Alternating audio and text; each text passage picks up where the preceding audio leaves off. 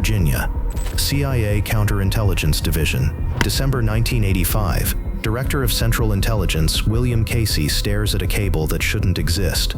His best asset in the Soviet Union, a man who spent 25 years feeding America its most critical Cold War intelligence, has just gone silent.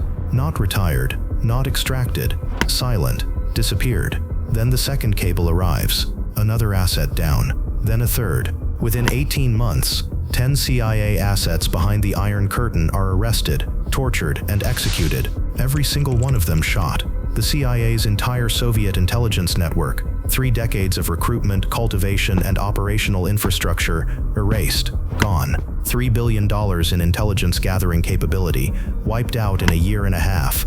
The CIA launches the most extensive mole hunt in American history. They assign 26 analysts. They review 30,000 personnel files. They run polygraph tests on every officer with Soviet access.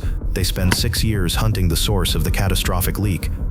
And for 6 of those years, the man running the investigation is the mole himself. His name is Aldrich Ames, mid-level CIA officer, unremarkable career, known for drinking too much at office parties and falling asleep in meetings.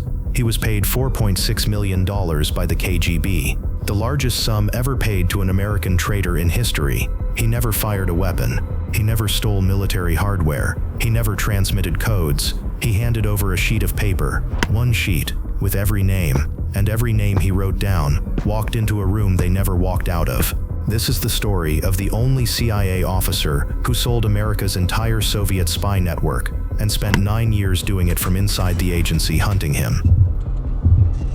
The origin: how a mediocre spy becomes the most dangerous man in the CIA. River Falls, Wisconsin, 1941. Aldrich Ames is born into the CIA, not metaphorically, literally. His father, Carlton Ames, is a CIA officer. Young Aldrich grows up in households where classified work is dinner conversation and government loyalty is assumed as naturally as breathing. He joins the agency himself in 1962, age 21, following his father's footsteps into what he imagines will be a distinguished career in American intelligence. But here's the thing about Aldrich Ames, that his personnel file documents with uncomfortable precision. He is not good at this.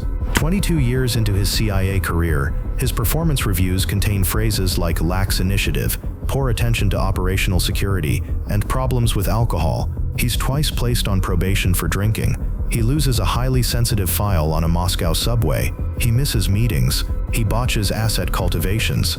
He is, by any objective measure, a middling desk officer who rose to mid-level management on the strength of institutional longevity rather than demonstrated competence. But he has one thing: access. Real, deep, devastating access. By 1985, Ames is chief of the Soviet counterintelligence branch, the job that makes him the single most dangerous man in the CIA to turn against America. He manages the agency's entire network of Soviet double agents. He knows every name, every operational detail, every cover story, every dead drop location. His clearance level: top secret/SCI, sensitive compartmented information, the highest tier of classified access in American intelligence. Files so sensitive that even senior CIA officers can't read them without specific authorization. Then he meets Maria del Rosario Casas Dupuy, Colombian national, former CIA asset. She's sophisticated. She moves in expensive circles. She expects, and this is the crucial detail, Ames's FBI file returns to repeatedly, a standard of living that a $60,000 government salary cannot support. Within 6 months of their relationship, Ames is $50,000 in debt, credit cards maxed, bank account drained, a divorce settlement from his first marriage consuming another $17,000. He does the math. He stares at his clearance level. He stares at his bank statement, and he makes the calculation that 10 people will die for, not out of ideology, not out of any political conviction about the Cold War, not because he believes in the Soviet system, because his wife likes nice things, and he's too proud to say no. The decision point arrives on a Tuesday morning in April 1985. Ames is sitting at his desk. He has the names of every CIA asset in the Soviet Union in the files in front of him. He thinks they'll pay for these. They'll pay a lot. He picks up the phone, and he starts planning. The tradecraft: how to sell your country's entire spy network. The vulnerability. Why the CIA's most secure system had a single point of failure. The CIA's asset protection system works like this. Individual officers handle individual assets. Each relationship is compartmentalized. Case Officer A knows asset X. Case Officer B knows asset Y. No single person is supposed to know the complete picture. This compartmentalization, the principle that information is distributed so broadly it can never be centralized, is the bedrock assumption of American intelligence security. Most people assume no one officer could ever see across all compartments simultaneously. But Ames had discovered something in his role as chief of Soviet counterintelligence that shattered that assumption. His job required him to see everything, every asset, every cover, every operational method. Because to counter Soviet intelligence efforts to compromise American assets, you need to know what the Soviets are looking for. And to know that, you need to know who your assets are, what they provide, and how they operate. The compartmentalization that was designed to prevent any single leak from being catastrophic had a fatal architectural flaw. It required one person to hold the master key. Ames held the master key. The question wasn't whether the system was secure, it was. The question was what happens when the person holding the master key decides to copy it. The operational method, a step-by-step guide to 9 years of treason. Step 1. April 16, 1985, 10:30 a.m. Ames walks into the Soviet embassy on Wisconsin Avenue in Washington, D.C. in broad daylight, no disguise, no tradecraft. He parks his car 2 blocks away, walks to the front entrance, and hands the receptionist a sealed envelope. Inside, a note identifying himself as a CIA officer, an offer to provide information, a request for a meeting. This is the move that should have gotten him caught immediately. CIA officers don't walk into Soviet embassies. The building is under FBI surveillance 24 hours a day. Every face entering that door is photographed and run through databases. But Ames had calculated something. The FBI's surveillance protocol for the Soviet embassy focused on tracking known intelligence officers entering the building to identify potential assets. A CIA officer walking in wearing his own face wasn't a scenario their system was designed to detect, because no CIA officer had ever been stupid or bold enough to do it. The KGB receives his note. They schedule a meeting. Step 2. The test package. Before offering the full network, Ames tests the KGB's willingness to pay. He provides 2 names, Sergei Motorin and Valery Martinov, both KGB officers working as double agents for the CIA inside the Soviet embassy itself. Low level, significant enough to be credible, expendable if the KGB decides to arrest them immediately rather than protect the source. He asks for $50,000. The KGB pays. Motorin and Martinov are quietly recalled to Moscow. Neither is arrested immediately. The KGB is playing a longer game.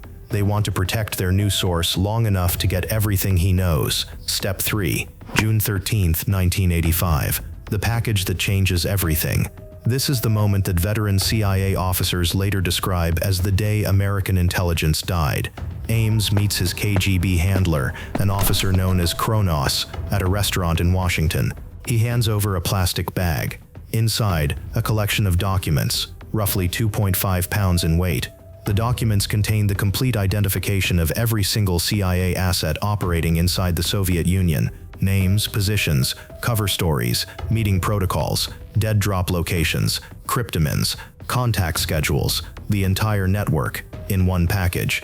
The KGB handler stares at the bag. He has been an intelligence officer for 22 years. He has never seen anything like this. This single meeting, lasting approximately 90 minutes, destroys 3 decades of American intelligence work in the Soviet Union. The KGB deposits $2 million into a Swiss account Ames controls. Step 4. The 9-year continuation. But Ames doesn't stop. This is the detail that separates him from every other spy in American history. He keeps going for 9 years. Over 9 years, he passes more than 100 meetings with KGB handlers. He uses dead drops, concealed locations in Northern Virginia and Washington, D.C. parks where he deposits classified documents in plastic bags. Signal sites. A chalk mark on a mailbox at Garfield Street and 37 means a dead drop is loaded. A piece of tape on a utility box near the key bridge means he needs a meeting. He passes more than 5,000 pages of classified documents. He identifies virtually every Soviet intelligence officer being recruited by the CIA worldwide. He provides technical collection methods, satellite positioning data, SIG-intelligence intercepts that reveal the NSA's capabilities against Soviet communications. He is, by any intelligence assessment, the most destructive spy in American history. The technical sophistication isn't the story. The story is the audacity. For 9 years, Ames attends mole hunt meetings. He reviews the evidence. He helps assess leads. He watches the CIA's investigative team get closer, then steer away, then get close again. He is hunting himself, and he knows exactly where not to look. The cat and mouse. The CIA hunts its own mole for 9 years. 1985 to 1986. The catastrophe registers. June 1985. The KGB begins arresting CIA assets in Moscow. The CIA doesn't know yet. Assets go quiet gradually. Some don't respond to contact. Some miss scheduled meetings.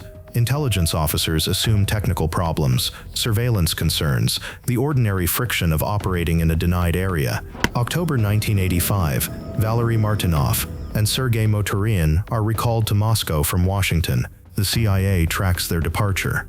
They know both men have been recalled but assume it's routine rotation. They are both executed within the year. December 1985, the CIA's Soviet division begins a formal assessment. They count the missing assets. The number is 10. In 12 months, 10 CIA assets with direct access to Soviet military and intelligence secrets have gone silent, been recalled or disappeared.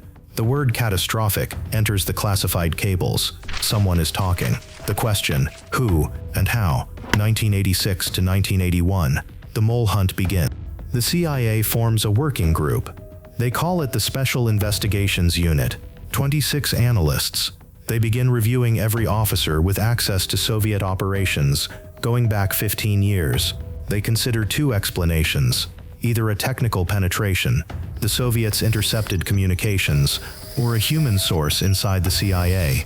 For 3 years, they focus predominantly on the technical explanation, because the human explanation is almost too catastrophic to contemplate. Here's what Ames knows about their investigation in real time. Everything. He's briefed on their leads. He attends their meetings. When investigators get close to a pattern that implicates the Soviet counterintelligence branch, his branch, he steers discussion toward alternative explanations. Not aggressively, subtly. I think we should look more carefully at the communications angle before ruling it out. The technical penetration hypothesis is still worth pursuing. He doesn't deflect suspicion. He redirects focus. There's a difference, and it's the difference between getting caught and getting away with it for 9 more years. Near miss number 1, 1989. An analyst in the Special Investigations Unit named Diana Worthen develops a matrix, a grid cross-referencing every compromised asset with the CIA officers who had access to their files.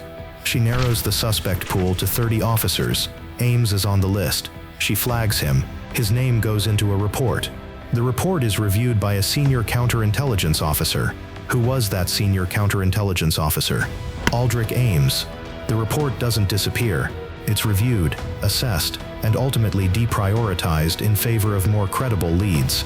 Ames has colleagues, people who've worked with him for years. They can't imagine the guy who fell asleep in the Friday briefings as a KGB operative. The cognitive dissonance saves him, for now. Near miss number 2, 1991. The FBI begins its own parallel investigation. They're looking at the same anomalies the CIA identified. An FBI analyst compares Ames's financial records obtained through a routine national security review against his known salary. The numbers don't reconcile. His mortgage payments alone exceed his annual salary. The discrepancy goes into a file. The file sits in a queue. The FBI has 47 open counterintelligence investigations in 1991. Ames's file is rated low priority because there's no direct link between his finances and specific compromised assets. It sits unreviewed for 11 months. The lifestyle that should have ended it in week 1. Here is the list of things Aldrich Ames did with $4.6 million in KGB money while working as a mid-level CIA officer earning $60,000 a year. He paid $540,000 cash for a house in Arlington, Virginia. Cash, no mortgage. CIA officers who reviewed this fact later described it as the most brazen act of operational negligence in the history of American intelligence. He bought a Jaguar XJ6, paid cash. He wore $15,000 custom-tailored suits to the office. His colleagues assumed he'd received an inheritance. He traveled to Colombia 14 times in 4 years to visit his wife's family. Each trip lasted 2 to 4 weeks. His expenses were logged. No one calculated what 14 international trips cost on a $16,000 salary. He ran up $455,000 on American Express. His limit was reviewed and extended twice. Nobody questioned how a government employee maintained that credit line. For 9 years, Aldrich Ames lived like a millionaire in open view of an intelligence agency whose entire institutional purpose is noticing exactly this kind of anomaly. Nobody asked. The break. An analyst cross-references 2 databases. October 1993. An investigator named Sandy Grimes does something no one in the 6-year mole hunt has done. She builds a timeline. She takes every date Ames met with a Soviet or Russian official, dates logged in his own CIA contact reports, which officers are required to file after any meeting with a foreign national, and maps them against his bank deposits. The correlation is exact. 3 days after meeting Sasha, a Russian diplomat, on March 14, 1989, a $15,000 deposit. 4 days after meeting Kronos on July 19, 1990, a $21,000 deposit. 6 days after a lunch with Victor, logged as a cultural exchange contact in February 1992, an $18,500 deposit. Every single meeting with a Russian contact is followed within 3 to 7 days by a bank deposit. The pattern is not suggestive, it is definitive. Sandy Grimes takes the timeline to her supervisor. The investigation is immediately escalated to the FBI's National Security Division. Grimes later says, "I couldn't understand why I was the first person to look at this. The data was in his own files. He filed the contact reports himself." November 1993 to February 1994, the surveillance. The FBI assigns 31 agents to the case. 24-hour physical surveillance, technical coverage of his home and vehicle, mail intercepts, trash covers. The Bureau collects and analyzes his garbage 3 times weekly, recovering shredded documents they reassemble fragment by fragment. They photograph him servicing a dead drop in Wheaton Regional Park, Northern Virginia, November 12, 1993, 4:47 p.m. Ames places a plastic bag beneath a rock near the park entrance. Inside, classified documents. The FBI photographs every step. They don't move in. Not yet. They need to confirm his contacts. They intercept a communication. He's scheduled to travel to Bogota, Colombia in February 1994 to meet his KGB handler. FBI and CIA coordinate. They agree. Arrest him before he boards the plane. Once he's in Bogota, extracting him becomes an international incident. They have everything they need. February 21st, 1994, 8:11 a.m. Aldrich Ames backs his Jaguar out of the driveway of his $540,000 house on North Randolph Street. President's Day. No CIA colleagues on the road. Quiet neighborhood. He doesn't see the car parked 40 yards east until it pulls forward and blocks his path. He doesn't see the second car pulling in behind him until his reverse is cut off. He doesn't see the third vehicle until agents are already at his window. He's told he's under arrest. He asks, for what? The FBI agent leans into the window. Espionage. Ames goes still. He doesn't argue, doesn't resist, doesn't run. He says, "I need to make a phone call." He doesn't get one. 3 miles away, at 8:14 a.m., agents knock on his front door. Rosario Ames opens it. She is arrested on the doorstep. She had known, for years, about all of it. The endgame, life without parole, and the names that didn't come home. The Reckoning, April 28, 1994, Federal District Court, Alexandria, Virginia. Aldrich Hazen Ames pleads guilty to espionage and tax evasion. No trial. The evidence is insurmountable. 5,000 pages of classified documents, photographs of dead drops, financial records showing $4.6 million in deposits, and Ames's own contact reports creating a perfect timeline of treason. He allocutes, he admits to providing the KGB with the identities of more than 30 CIA and FBI intelligence assets. He admits the information led directly to the deaths of at least 10 of them. Judge Claude Hilton sentences Ames to life in federal prison without the possibility of parole. No negotiation, no reduced sentence for cooperation. The judge reads the sentence with a single addition. Mr. Ames, you have caused the deaths of American allies who trusted this country with their lives. I have no greater sentence to give you. Rosario Ames receives 63 months, 5 years, and 3 months for conspiracy and tax evasion. She is released in 1999. She returns to Colombia. Current status: Ames is incarcerated at the Federal Correctional Institution in Terre Haute, Indiana. He is 83 years old. Under federal statute and his plea agreement, he will die there. No parole hearings, no appeals pending, no release date. The money: the FBI recovered $547,000 in assets, the Arlington house, the Jaguar, cash accounts. The remaining $4.05 million in KGB payments was never recovered. It remains missing. The body count: confirmed executed as a direct result of Ames's betrayal. Dmitry Polyakov, 25 years as a CIA asset, general in Soviet military intelligence, executed 1988. Adolf Tolkachev, defense research scientist, provided detailed Soviet weapons system specifications for 7 years, executed 1986. Leonid Polshchuk, KGB officer, executed 1987. Valery Martinov, KGB officer, double agent, executed 1987. Sergei Motorin, KGB officer, double agent, executed 1987. Gennady Smetanin, GRU officer, executed 1986. Boris Yuzhin, KGB officer, sentenced to 15 years in a Soviet labor camp, plus 3 additional individuals whose identities remain classified, listed in internal CIA documents as compromised assets deceased, whose families have never been officially notified. The CIA's public accounting: at least 10 deaths with additional cases under ongoing review. The classified accounting, according to former officers: higher, the institutional damage, what the CIA lost. The Senate Intelligence Committee's classified assessment, portions declassified in 2007, concluded that Ames's betrayal set American intelligence capabilities in Russia back by a minimum of 20 years. Specific losses: every penetration of the Soviet and early Russian government developed between 1975 and 1994, compromised. Every technical collection method disclosed to Soviet assets between 1983 and 1994, burned, requiring complete architectural redesign at a cost of $3.2 billion. The CIA's ability to provide advance warning of Soviet military actions during the late Cold War period, eliminated. For 3 years between 1986 and 1989, American intelligence had essentially zero human source coverage inside the Soviet military. This during the period when Gorbachev was restructuring the Soviet state, changes the CIA was almost completely blind to. Congressional hearings in 1994 produced 47 separate recommendations. The CIA director at the time, James Woolsey, was asked to resign over the agency's failure to detect Ames. He refused. The president declined to demand it. Woolsey resigned voluntarily 11 months later. The CIA implemented mandatory lifestyle monitoring.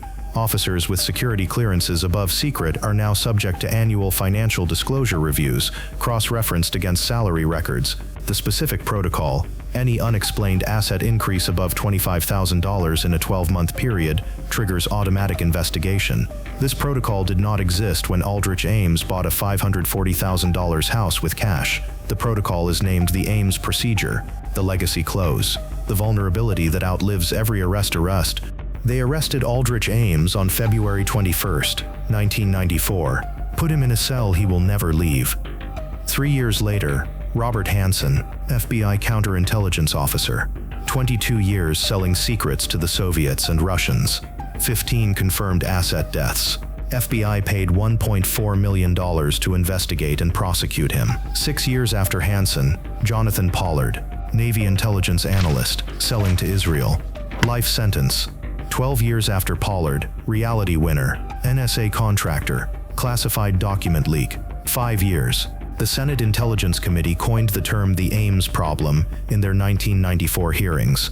They defined it as follows: the structural inevitability of insider betrayal in any organization that requires trusted access at scale. The definition is worth sitting with. Structural inevitability, not occasional risk, not manageable vulnerability. Structural inevitability. The Senate Intelligence Committee acknowledging in classified language that insider betrayal cannot be designed out of an intelligence system, only detected faster. You can arrest Aldrich Ames, you cannot arrest the circumstance that created him. A man with unsupervised access to critical secrets, personal financial pressure, and a risk calculation that the upside exceeded the probability of getting caught. The CIA spent 6 years and $47 million hunting their mole. He was sitting in the same meetings, filing the same reports, attending the same holiday parties, for 6 years. Dmitry Polyakov had been America's most valuable spy for 25 years. He gave America the most critical military intelligence of the Cold War. He took enormous personal risk for a quarter century because he believed in what America stood for. He was shot in the basement of Lefortovo prison in Moscow, 1988. Aldrich Ames wore 1988 suits to the office the following Monday. The question isn't whether Ames was a traitor or a spy. He was both, unambiguously, for 9 years. The question is simpler. How many people die between the moment a man decides his mortgage matters more than his country and the moment someone finally checks his bank statement? In Ames's case, 10, at minimum. And the answer to preventing the next one isn't better technology, isn't more sophisticated polygraphs, isn't additional security protocols. It's the thing Sandy Grimes did in October 1993 that nobody had done in the 6 years before her. She looked at what was already there. The CIA had Ames's contact reports, his financial records, his travel logs, his bank statements. Every piece of evidence they needed to arrest him in 1987 was sitting in his own files, filed by his own hand, under his own name. Nobody looked, because they trusted the badge too much to question the man wearing it. That trust, that institutional assumption that loyalty is the baseline unless proven otherwise, is the same vulnerability that made Ames possible. It's the same vulnerability that made Hansen possible. It's the same vulnerability that exists in every intelligence agency, every corporation, every institution that operates on the principle that access implies integrity. You can patch software, you can build better firewalls, you can redesign compartmentalization protocols. You cannot patch the assumption that the person in the room with the highest clearance is the one you can trust most. Aldrich Ames had the highest clearance. For 9 years, he was the most trusted man in the room. He sold every name in every file he ever touched, and he slept fine.